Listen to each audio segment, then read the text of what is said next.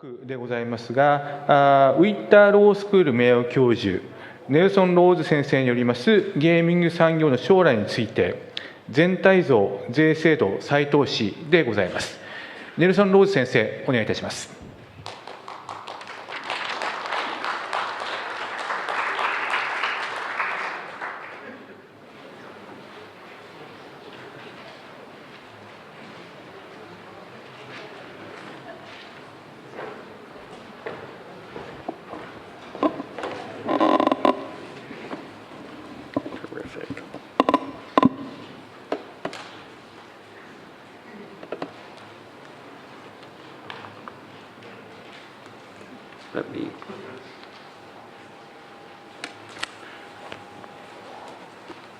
Thank you, everybody. I want to start by thanking the Japan Academy of Integrated Resorts and Gaming Studies for inviting me to be one of the keynote speakers here at what is a very important time in the study of casinos around the world, and particularly in Japan. I have been studying and writing about casinos, working as a consultant and expert witness since 1979, when I wrote my third-year paper. It is like a doctoral thesis on the legalization and control of casino gambling while at Harvard Law School. And Japan is the last major industrialized nation in the world that does not have casinos. I wrote a paper for this conference, and I believe it will be available afterward, that covers in more depth the points I will try to cover quickly today. Besides thanking the Academy, I want to especially thank, I forgot one procedural. If you would like to sign up for updates, my website is gamblingandthelaw.com. If you would like to write me directly, my email is rose@sprintmail.com.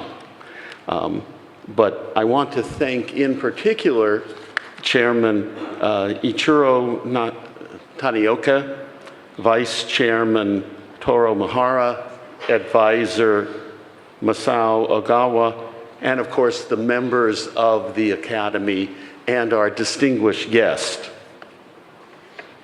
I've been asked to speak about the legal questions and issues that arise when a country like Japan decides to legalize casinos.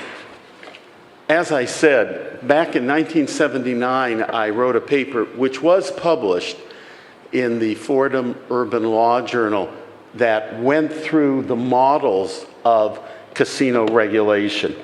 We do not have time to even list the models that have been tried around the world, but everyone has advantages and disadvantages. So let's start with the most important legal issues. Of course, when you're dealing with gambling, particularly casinos, the major issue is keeping out organized crime, which is actually fairly easy. The other issue is protecting players. But in the real world that you and I exist in, the big fight is over money. So, and you've already experienced part of this. Once one form of gambling is legalized, there is a constant push to expand so that other forms will be allowed.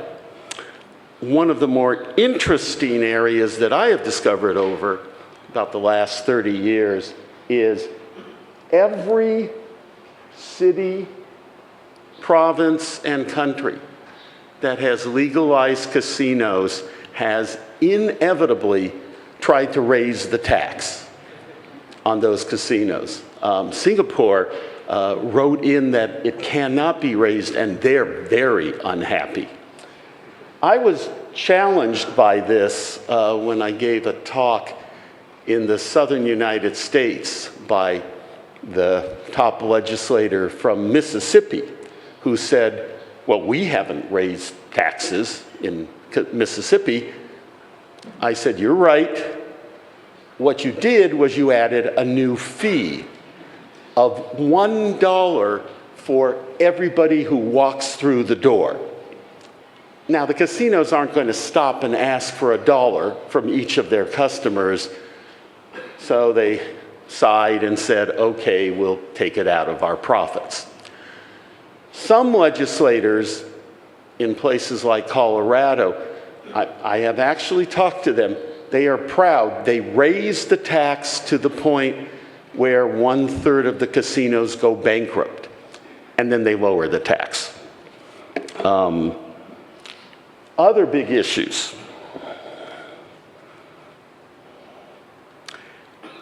It is inevitable, and it's not because of casinos, all regulation starts with regulators being very strict and tough. Over the years, the only people the regulators talk to are the regulated industry. And so they become what is known as captives. This is not corruption. This is just overly friendly.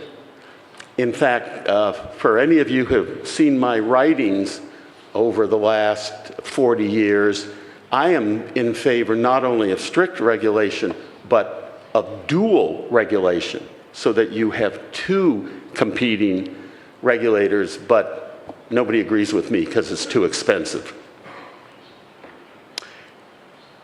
The captive regulators tend to turn down the casinos in most of their requests, but they inevitably will say yes every now and then. So there is an inevitable easing of restrictions. Big questions that really have to be answered in advance. How do we protect people from themselves? Ideally, the best casinos are borderland casinos. A small jurisdiction, for example, I was an advisor to the city of Windsor, Ontario, Canada, which is 1 kilometer south of Detroit. 90% of their customers are Americans. So I recommended that they literally not allow Canadians to gamble. Import the money, export the social problems. They did not agree with me, but they did decide to hire only Canadians, and the newspapers in Detroit were extremely unhappy about creating jobs in another country. I have taught for the last 12 years at the University of Macau.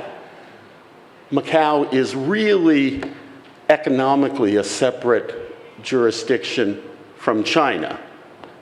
And politically, you have to show a visa to get in. Macau lives off of the Chinese mainland. Las Vegas, for many years, lived off of Southern California.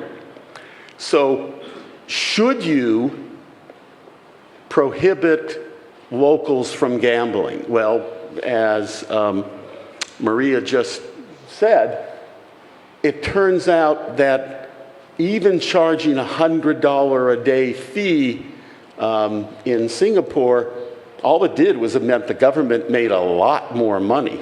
It doesn't really protect people from themselves. Remote wagering, meaning could be a true online gambling, could be a cell phone that connects with a camera that is just looking at a slot machine. It exists in a lot of different parts of the world already. Japan has to decide now. Are you going to allow gambling only when you are physically present in the casino?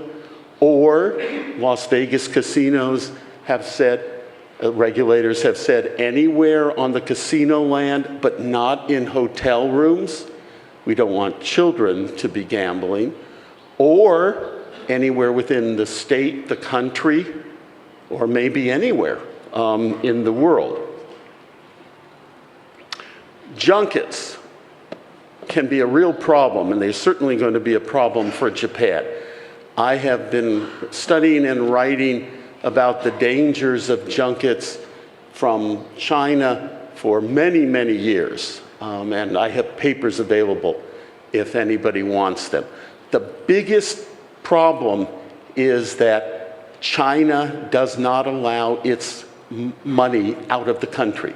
The current limit is if you have a credit debit card and you're from the Chinese mainland, you can take 10,000 won a day out.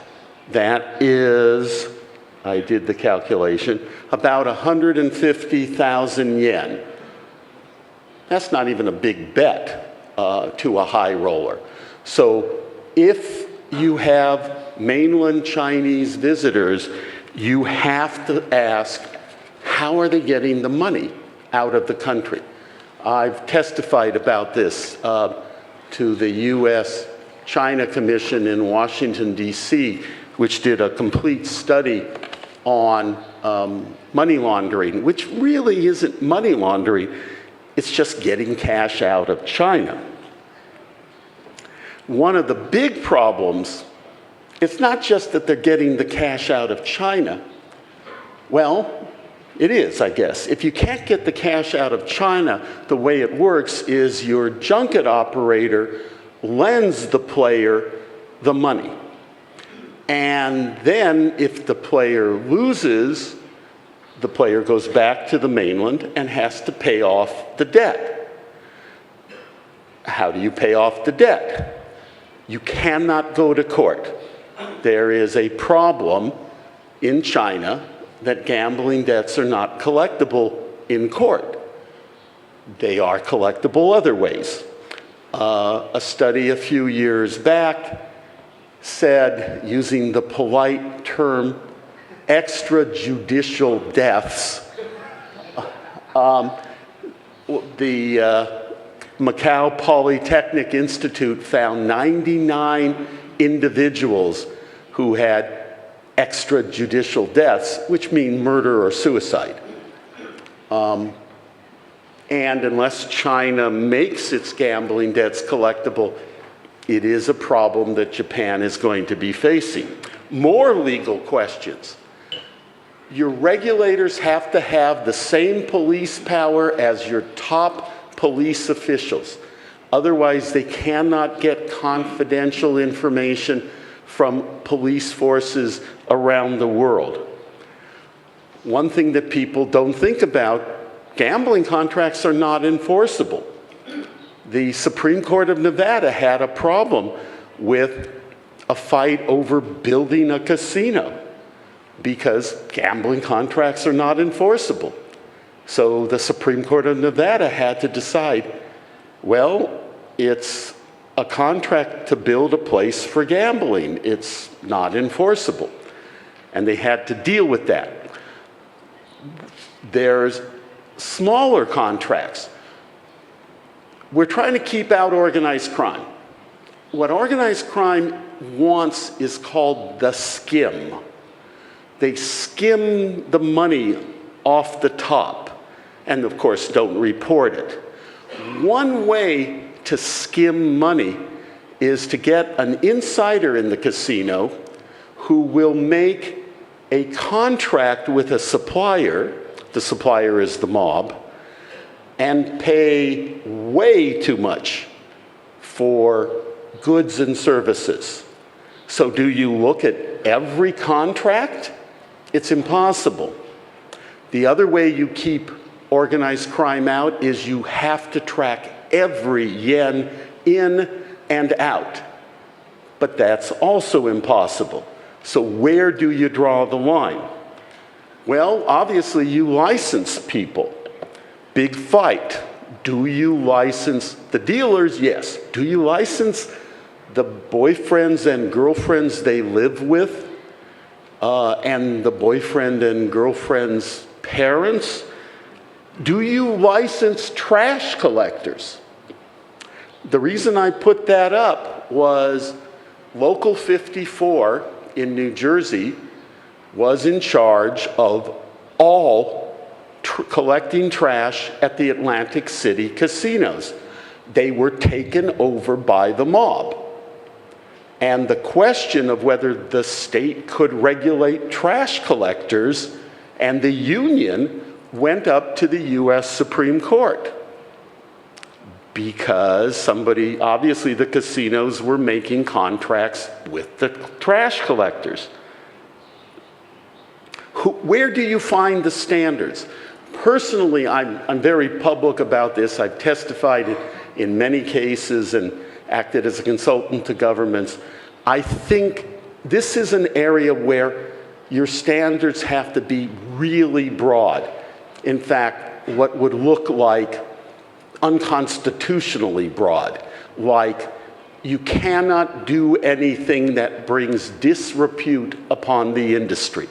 That standard, bringing disrepute upon the industry, has been upheld by courts all over the world. More legal questions. We use the term undesirables when we mean somebody who we want to keep out from either working in a casino or working with a casino. Well, obviously the mob is not going to put up a guy who's been arrested for 12 murders as an applicant. But the head of organized crime of New Jersey did put up his 2 young nephews, both over 21, completely clean records, never had done anything wrong. And the regulators quite correctly said, we're not going to license those 2. I have been involved in many cases which end up being determined by the reputation of the person. I think Japan is one where you can probably prove reputation fairly easy. Easier, for example, than getting criminal records here. Do you look at the person's civil suits? I testified in a case in Arizona where they took a license. Guy was never found guilty of anything, but he was constantly being sued for fraud. He also was transferring $1 million a month to a member of organized crime, and then the guy would transfer it back, and he had no answers to, why are you doing that? Oh, I don't know, he's a friend. He needs $1 million a few days before the end of the month, and then I send the money back, or he sends the money back. Very strange. I still don't know what he was doing with the money. Black books, on the other hand, are ways to keep out non-licensed people, patrons, customers, from even setting foot on the casino grounds. These are usually organized crime figures. They're also cheats. But that's the government black book. Private black books, these are lists of excluded players or people that the casinos themselves develop, or they hire outside private investigators. The casino industry likes to include people who are advantage players, people who can count cards at blackjack and win. There's big questions about privacy in all this. Can you exclude somebody just because you think they're cheating, or just because they're winning? And can you tell all the other casinos in the country or the world, we've excluded this person because we think they're a cheat or we think they're too good a player. The games themselves, this is probably, we can't get into this right now, but every form of gambling requires near misses where the player says, oh, I was so close. If any of you have ever bought a lottery ticket, you know if you don't hit any number, you don't play the lottery again. You want to be really close. Well, slot machines can also be manipulated and misled. They can be programmed, for example, to show that you have a pay line, jackpot, and always just above it or just below it is the other jackpot symbol. Nevada ruled, for example, that it is inherently misleading to program a machine that shows the player would have won a jackpot if only they had put in more money. I should say falsely shows that they would have won. How are you going to make sure that these new machines don't electrocute people?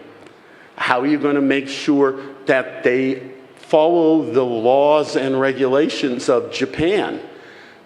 Setting up a government lab is really expensive, and you can't possibly keep up with the changing technology.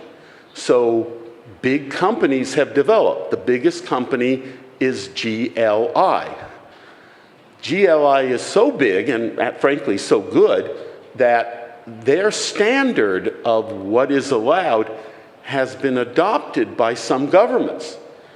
But GLI's competitors really don't like the idea that their competitor is deciding what slot machines are allowed in casinos. As technology changes, we also have to recognize society is changing. One of the biggest problems Nevada has today is Nevada changed its law, and medical marijuana is legal in the state of Nevada. Marijuana is still illegal under US federal law. So the regulators rule you cannot use or even possess marijuana when you are in a casino. What happens the first time a guy takes out a reefer, if they're still called that? I don't know, I use edibles. Somebody tries to have some marijuana while sitting at a blackjack table. The casino boss says, you can't do that, and he pulls out his prescription and order from his doctor that says he's dying of cancer and he must be able to use marijuana anywhere at any time to relieve his pain. More interesting questions. Let's focus just on protecting players from themselves. Maria talked about what was originally called self-exclusion programs. But if they're not just self-exclusion, who gets to exclude another person? What if it's a wife whose husband likes to go to the casinos and really isn't a compulsive gambler, but she wants to exclude him? Does it apply to everywhere? Will the casinos' self-exclusion and family exclusion programs mean that those people can't go to racetracks? How do you enforce something like that? How long should it be? New Zealand, I believe, is 2 years. In other parts of the world, it's lifetime. Or lifetime unless you are cured. Who's going to say whether you're cured? And what happened when inevitably mistakes occurs? Casinos do not handle their own marketing. Casinos have independent marketing companies that have sent invitations. Come to the casino, we will give you $100 if you buy in for $1,000 to somebody who is on the list to be excluded. This has happened. And if that person wins a jackpot, do they get paid? If they lose all of their money, can they sue the casino? Can they sue the regulators? This has already happened, by the way. And the answer, by the way, since I'm talking to people mostly in government, is make sure your law says you can't sue the regulators. Maria mentioned the pop-up warning on slots. So it's every half hour, it pops up and says, you know you've been gambling for a half hour. And the machine freezes for 15 seconds. I love this one because I am a big fan of the scientific method, which is do a practice, an experiment, run some tests before you put it into place. This has been put in not only New Zealand, but Nova Scotia, Australia, and the study shows it mostly does work. In fact, one of the early studies showed it almost always works. When people have warnings popping up on their screen of the slot machine saying, you've lost 500,000 yen, you've been gambling for a half hour, any of that, every single group of players spends less money in the casino, with one exception. What's the exception? People who get really upset and nervous if they've lost too much money and then have to bet more to break. Problem gamblers. Problem gamblers, at least in this one study, were shown they bet more when there is a pop-up. It still might be a good program, but we have to then figure, okay, what are we going to do about problem gamblers? How about we mandate that players have a cool-down period? In Atlantic City, the casinos were ordered to be closed at 4 a.m. and they couldn't reopen till, I think, 8 a.m. And casinos said we have to be able to have players continue at 4 and 5 a.m. We don't make any money, but we have to keep the players in the casino. It took a couple years, and then the regulators agreed. You got to get rid of this law. But because it was written into the statute, not the regulation, even with the lobbying of the regulators, they had a mandatory closing, cooling off period. What happens if you close a casino at 4 a.m. and kick every one of those drunk, tired players onto the streets and into their cars? They get robbed and they get killed with drunk driving accidents. Finally, the legislature of New Jersey changed that law. How easy should it be to get cash out of a machine? And by the way, a personal gripe I have, ATMs charge way, way too much. And they really charge way too much in casinos.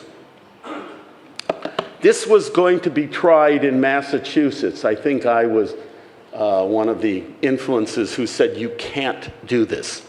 You can't send a letter every month to the players' homes saying how much have they won or lost that month. What will happen when a wife gets a letter, opens the letter to her husband?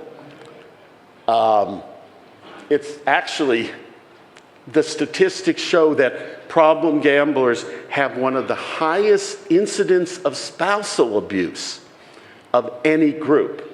So now, okay, you can pick it up at the casino. I was asked to talk about taxes. This talk would take, if I was really going to cover just an outline, it would take like a day or two.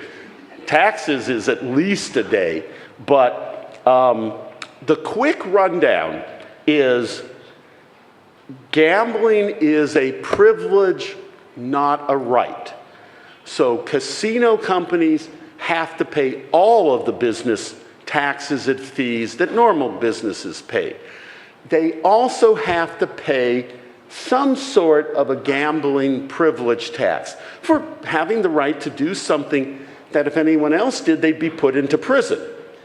So it is normal and proper that we ask for some big money when they open. You know, maybe once they've been approved at that point, they have to give the government $1 million, something, whatever it is. But flat fees, whether initial or annual, flat fees do not work. Of course, every form of taxes has pluses and minuses, but a flat fee is always going to end up being too small or too large. Too small means you have a tremendously successful casino and the government isn't getting its fair share. Too large, you drive the company out of business. So instead, the best tax is a percentage on gross gaming revenue, which is basically how much players have lost. You need to define gross gaming revenue extremely carefully because operators in many parts of the world have fought over. My favorite one, I worked in New Mexico and they said, well, the parking attendants are part of the losses. And I go, no, it's an expense, it's a cost. I mean, we're talking about how much players gamble and lose. The regulation, this separate from the tax, fees have to be paid entirely, 100%, by the casino. Licensing fees, examinations, for example. How do we determine the amount? I was hired by the state of Delaware to recommend the tax rate when they decided to put in sports books about 12 years ago, the only legal sports books in any casinos east of the Mississippi. So they asked me to recommend what should they be. And it turns out there actually are ways to figure out very logically what your tax rate should be. First, you have to figure out what's the reason for legalization. In Japan, it's clearly for economic development, direct and indirect. 5 minutes. Ooh. Which means that you should be focusing on how do you create all those casino jobs and construction jobs. Because for every casino job that is created, there's at least one other outside job created, and those jobs pay taxes. So your purpose of taxation has to be to help the reason casinos were legalized, not hurt it. For Japan, what you need is a low enough tax rate to encourage the building of giant integrated resorts. And of course, the tax rate has to be fair. No, here's my specific recommendations. Number one, the taxes can never be more than 50%.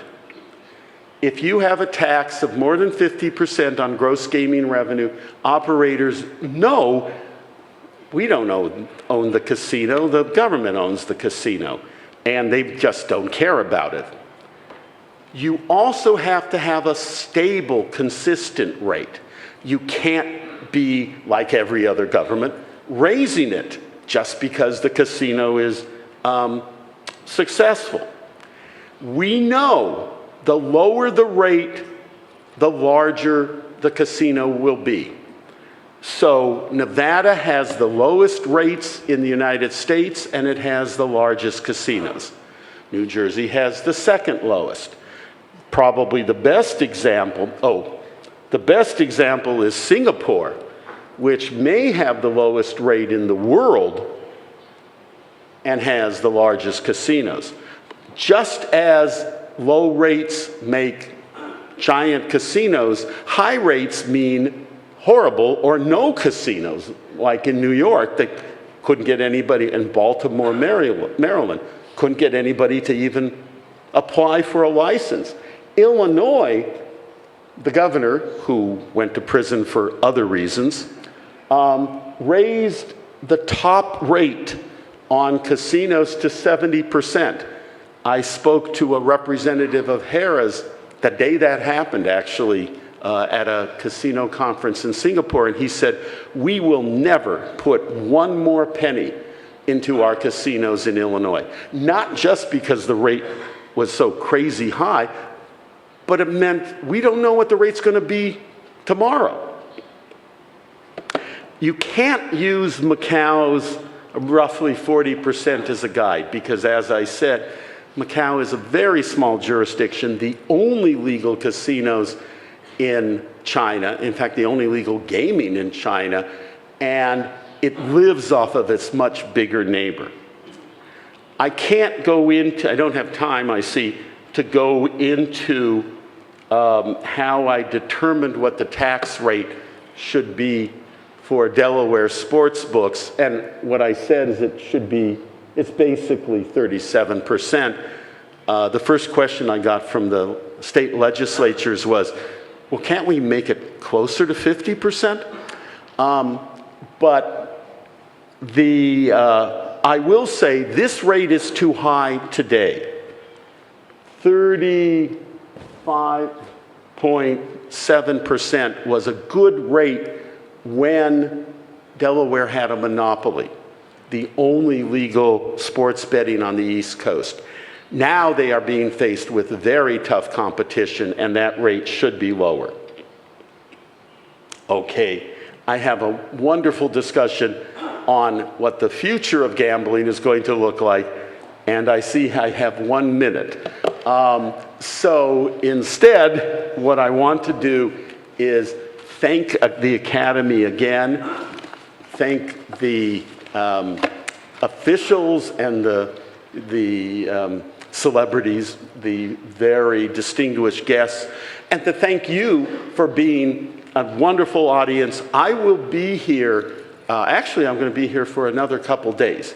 So if anybody has any questions or would like some more information about any of this, let me know.